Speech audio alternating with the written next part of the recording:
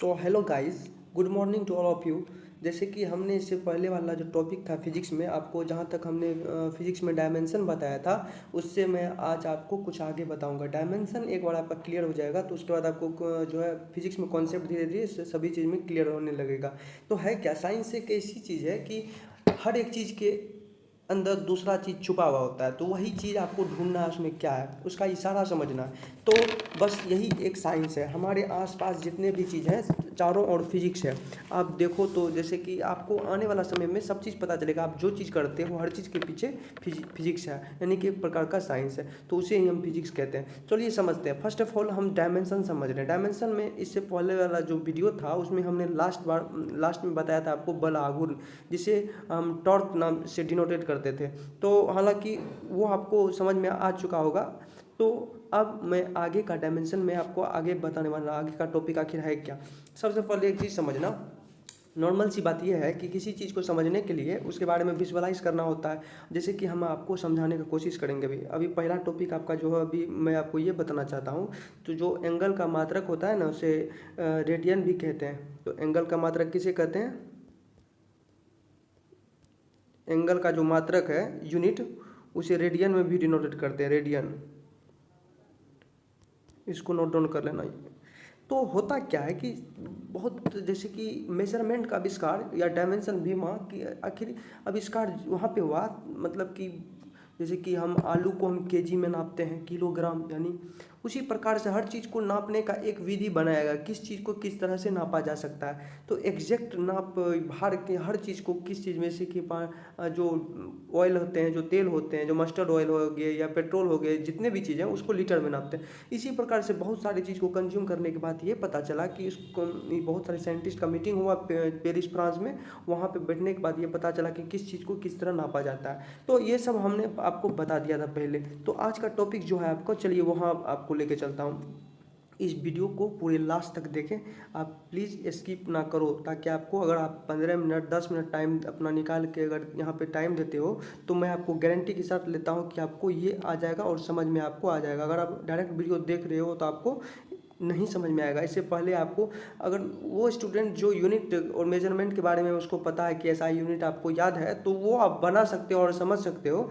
लेकिन अगर आप साइंस बैकग्राउंड से हैं तो आपको समझ में आ जाएगा। लेकिन अगर आप आर्ट्स बैकग्राउंड में हैं तो आप प्लीज़ इससे पहले वाला जो टॉपिक है वीडियो का, फिजिक्स का, आप वहाँ पे आप जाके यूनिट एंड डायमेंशन में आप ऐसा यूनिट याद कर लो और उसको समझो। इससे पहले वाला जो टॉपिक था उसको, उसके बाद इस वीडियो को देखें, ताकि आपको अच्छे से समझ में आए। चलिए पहला टॉपिक आपका है पृष्ठ तनाव।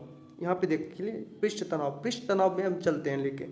अब पृष्ठ तनाव में आपको लेके चलूँगा मैं। यहाँ पे पहले, यहाँ पे देखो, पृष्ठ तनाव होता ये है। यहाँ पे एक चीज़ समझना, पृष्ठ तनाव जैसे बोलते हैं तो इसको टी से डिनोटेट करते हैं। पृष्ठ तनाव को किससे? टी से डिनोटेट करते हैं। और इसका जो फॉर्मूला होता है, तो बल बटे, यहाँ पे देखो, बल यानी फोर्स अपॉन लंबाई होता है। क्या होता है? लंबाई।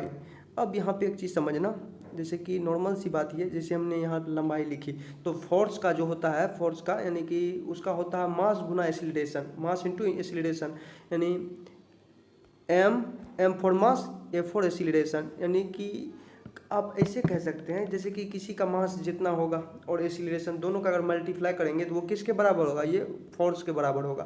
तो ये सब चीज़ हमने आपको पहले ही आपको बता दिया था। तो आई होप गाइस ये आपको समझ में आ चुका है। तो यहाँ तक आपको समझ में आ गया।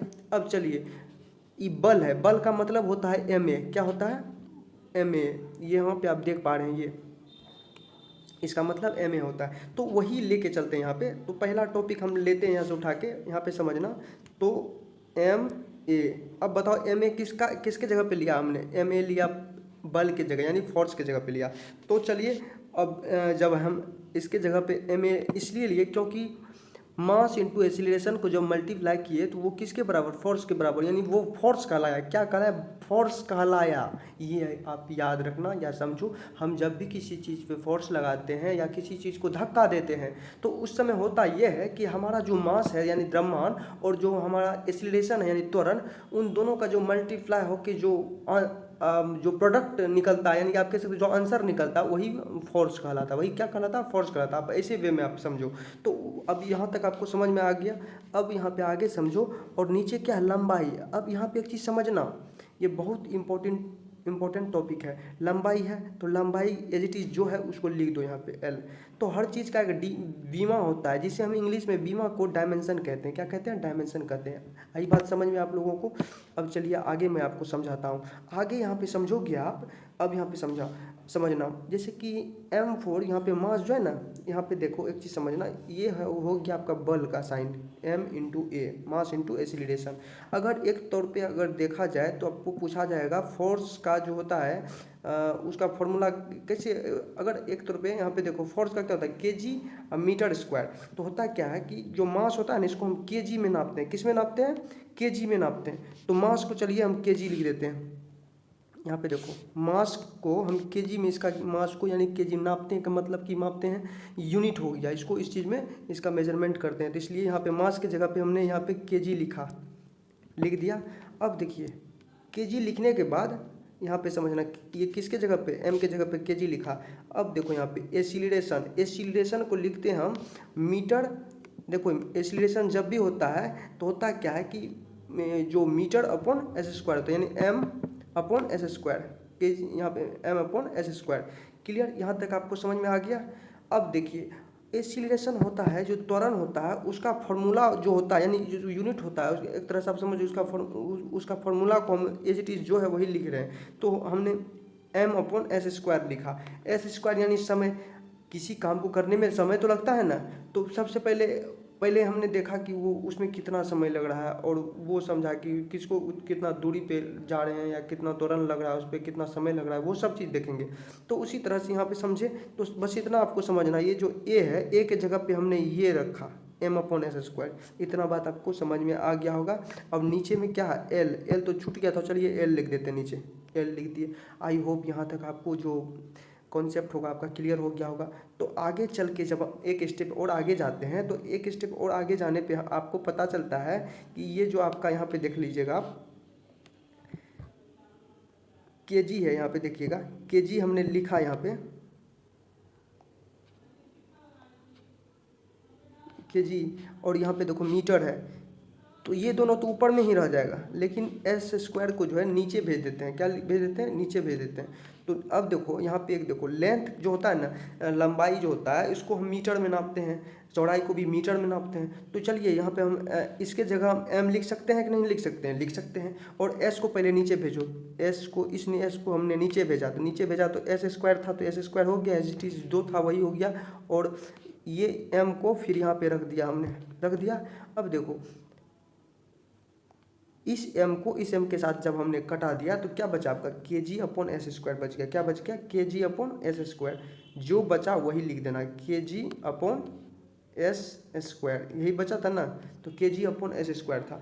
अब यही के जी अपॉन एस स्क्वायर को जब हम डायमेंशन फॉर्म में लिखते हैं तो वही हमारा इसका डायमेंशन निकालने की एक विधि हो गया। चलिए के जी अपॉन एस स्क्वायर को लिखते हैं। तो यहाँ पे चलो, यहाँ पे मैं आपको बताता हूँ के जी अपॉन एस स्क्वायर को किस तरह लिखा जाता है। सबसे पहले एक चीज़ समझना, जो के जी होता है ना, के जी और यहाँ पे देखो के जी है, के जी उसे केजी उसका यूनिट है, मास का यूनिट है। किसका? मास का। तो चलिए इसका डायमेंशन क्या होता है? एम। तो एम यहाँ पे लिखो, एम लिख दिया हमने। अब एस स्क्वायर है, एस स्क्वायर का मतलब सेकेंड स्क्वायर, ये सेकेंड है, ये क्या है आपका सेकेंड है। तो ये सेकेंड स्क्वायर हो गया। और सेकेंड जो भी होता है वो टाइम होता है, टाइम में ही सेकेंड आता है। तो चलिए एस स्क्वायर को जब हम ऊपर भेजेंगे तो एस स्क्वायर है, तो एस पे पावर 2 है, तो यहाँ पे हो जाएगा एस पे पावर -2। तो यहाँ पे हो जाएगा, यानी कि एस था तो यहाँ पे हो जाएगा टी इसलिए हम लेते हैं क्योंकि हम जानते हैं कि सेकेंड जो है समय में ही आता है, और समय का इंग्लिश क्या होता है? टी। तो हमने टी लिखा, और यानी टी पे पावर स्क्वायर था तो ऊपर जाएगा तो -2 हो जाएगा, यानी m2 पे पावर -2। This is dimension. इसका डायमेंशन हो गया आपका, ये हो गया आपका पृष्ठ तनाव यानी सरफेस टेंशन, जिसको उसका डायमेंशन ये आपका हो गया। यहाँ पे देखिए हमने आपको अच्छे से बता दिया। यहाँ पे आप इसको नोट कर लीजिए, स्क्रीनशॉट लीजिए प्रॉपर तरीके से, और अच्छे से आप इसको समझ के आप नोट कर लीजिए। m2 हो गया। क्लियर? तो यहाँ पे देखो, यहाँ पे आपको एक चीज़ समझना होगा कि इसका जो डायमेंशन जो है, यानी कि एस स्क्वायर जब ऊपर गया तो एस पावर जो क्या हो गया, -2 हो जाएगा। क्या हो जाएगा? -2 हो जाएगा। यहाँ पे लगा देना -2। क्लियर? चलिए हो गया आपका। अब चलो आगे का टॉपिक समझो। आगे का टॉपिक यहाँ तक आपको समझ में आ गया। अब आगे समझोगे आप दाब के बारे में, प्रेशर के बारे में। चलिए आप प्रेशर के बारे में समझ लीजिए। ये बहुत मैं ज़्यादा बताने वाला नहीं हूँ ताकि आप जल्दी जल्दी आप समझ जाओ। तो यहाँ पे जल्दी जल्दी यहाँ पे समझना आप थोड़ा सा। अब देखो यहाँ पे दाब है, ठीक। दाब को हम इंग्लिश में प्रेशर बोलते हैं। क्या बोलते हैं? प्रेशर। तो पी से डिनोटेट करते हैं और इसका फॉर्मूला क्या होता है?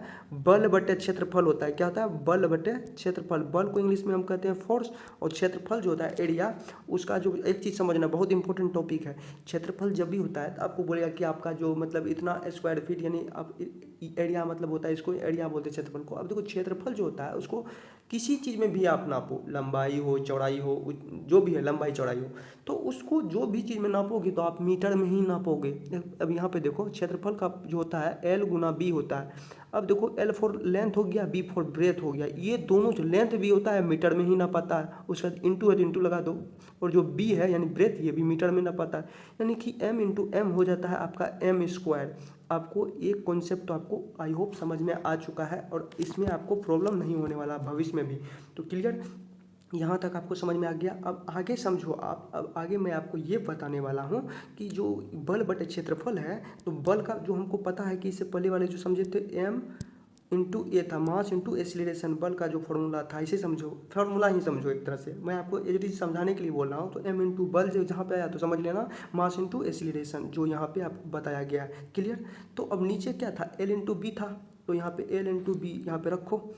तो एल इंटू बी यही था क्षेत्रफल, जो इसका फॉर्मूला होता है। क्षेत्रफल जब भी आएगा तो एल इंटू बी कर देना अपने मन से। क्लियर, यहाँ तक आपको समझ में आ गई बात। चलिए आगे समझो। आगे अगला स्टेप में आप ये करोगे कि देखो यहाँ पे मास है, तो मास की जगह आप रख दोगे केजी। चलिए केजी रख दिया, और उसके बाद यहाँ पे केजी रखने के बाद अब यहाँ पे देखो एक्सीलरेशन है, तो एक्सीलरेशन का होता है एम अपॉन एस स्क्वायर होता है। एक्सीलरेशन का हमेशा याद रखना, ए फॉर एक्सीलरेशन होता है, यहाँ पे आप देख पा रहे हैं ए फॉर एक्सीलरेशन, और इसका होता है एम अपॉन एस स्क्वायर होता है, m upon s square. M ऊपर में है तो उसको एम को ऊपर में ही रख देना है। यहाँ पे देखो एम हमने ऊपर ही रख दिया, और नीचे क्या था आपका? नीचे एस स्क्वायर को हमने नीचे भेज दिया। यहाँ पे आप देख पा रहे हैं एस स्क्वायर का मतलब टी स्क्वायर, एस स्क्वायर का मतलब टी स्क्वायर, हमेशा याद रखना। और नीचे में क्या है? एल इंटू बी है। और आपको एक चीज़ हमने अभी जस्ट बताया कि लंबाई और चौड़ाई दोनों को मीटर में नापते हैं। मीटर गुना मीटर क्या होता है? मीटर स्क्वायर होता है, यही होता है ना। तो अब यहाँ पे देखो इंटू हो जाएगा आपका एम स्क्वायर हो जाएगा, यानी एम इंटू एम लिखो यहाँ पे, या एम स्क्वायर लिखो, या आप इस तरह लिख दो। चलो इस तरह लिख दोगे तो आपको थोड़ा सा समझने में आसानी हो जाएगा। चलो इधर से इधर कट जाएगा, एक एम ऊपर से, एक एम नीचे से, नीचे कट गया। अब आगे का टॉपिक समझो। यहाँ पे अगले टॉपिक में आपका बच जाएगा क्या? केजी बच जाएगा, जो कि आपका ऊपर में है। तो केजी अपॉन आपका बच गया यहाँ पे देखो एस स्क्वायर, यानी आप एस स्क्वायर बोलो या टी स्क्वायर बोलो, आप इसको दोनों बात एक ही है। टी स्क्वायर बोलो, एस स्क्वायर क्या बच गया आपका यहाँ पे? एस स्क्वायर, और आपका बच गया यहाँ पे अब एम बच गया, यही बच गया ना। तो अब इसको अगर आप तोड़ोगे, यहाँ पे समझो कि अगर kg upon metre second square, m ऐसे कह सकते हैं, तो इसको तोड़ने पे आपको यहाँ पे मिलेगा, यहाँ पे देखना कि केजी है तो सबसे पहले केजी का आप यहाँ पे लिख दोगे एम। केजी है ऊपर में, तो केजी का आप यहाँ पे लिखोगे एम, लिख दिया। अब देखो यहाँ पे क्या हो गया आपका? ये आ गया एम। तो एम का होता है लेंथ, इसका क्या होता है? लेंथ। तो यहाँ पे आ जाएगा एल।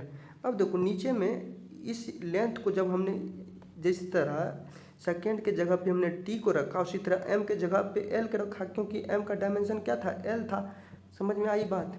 यहाँ तक आपको समझ में आया? मीटर जो होता है उसको लेंथ में ही नापते हैं, तो लेंथ को मीटर में नापते हैं, और उसका डायमेंशन एल है, तो एल को इसलिए लिख दिया। और एल एम के जगह पे है और एम के जगह पे एल है, तो एल को जब हम ऊपर भेजेंगे तो इस पर -1 हो जाएगा। क्या हो जाएगा? -1 हो जाएगा। क्लियर, यहाँ पे आपको समझ में आ गई बात। तो अब देखो बच गया आपका एस स्क्वायर, ये है ना, यानी टी स्क्वायर। तो टी को भी ऊपर भेजोगे तो टी पे पावर -2 हो जाएगा, टी पे पावर -2 हो जाएगा। तो यही हो गया आपका dimension. This is dimension for pressure का। प्रेशर का डायमेंशन आपको समझ में आ गया होगा। अब यहाँ तक आपको समझा देने के बाद हमने आपको यहाँ पे देखो, यहाँ पे एज इट इज हमने जैसा है आपको उसी तरह से बता दिया है। आप इसको अच्छे से नोट डाउन कर लो, आपको अच्छे भी में समझ में आ जाएगा। चलिए यहाँ का टॉपिक हम खत्म करते हैं। आज का टॉपिक बस हम इतना ही रहने देंगे, और थोड़ा सा जो एक चीज़ है मैं आपको बताने जा रहा हूँ, वो है आपका लास्ट में। यहाँ पे एक चीज़ समझना कि देख लीजिए यहाँ पे आयतन है, जिसको हम इंग्लिश में वॉल्यूम कहते हैं। आयतन है, क्लियर। आयतन जो होता है, जब भी आयतन पूछेगा, आयतन जब भी पूछेगा, इसमें आज क्षेत्रफल पूछेगा। देखो यहाँ पे आयतन और क्षेत्रफल में होता क्या है, यहाँ पे L इंटू बी आया। L फोर हो गया लेंथ, B फोर हो गया ब्रेथ। अब देखो लेंथ को भी हमने मीटर में नापा, ठीक, और ब्रेथ को भी हमने मीटर में रखा, दोनों का हो गया m स्क्वायर, क्लियर। तो आयतन जब भी आएगा आयतन, तो ये आता है L B H। अब देखो लंबाई, चौड़ाई, ऊंचाई, लेंथ, ब्रेथ, हाइट, क्लियर। अब देखो इसके सीध में भी m रखो इंटू m। जो भी चीज़ हो, लंबाई हो, चौड़ाई हो, ऊंचाई हो, सबको आप मीटर में नापोगे तो ये भी हो जाएगा आपका m पे पावर 3, एम क्यू हो जाएगा, ये एम स्क्वायर हो जाएगा, ये एम क्यू हो जाएगा।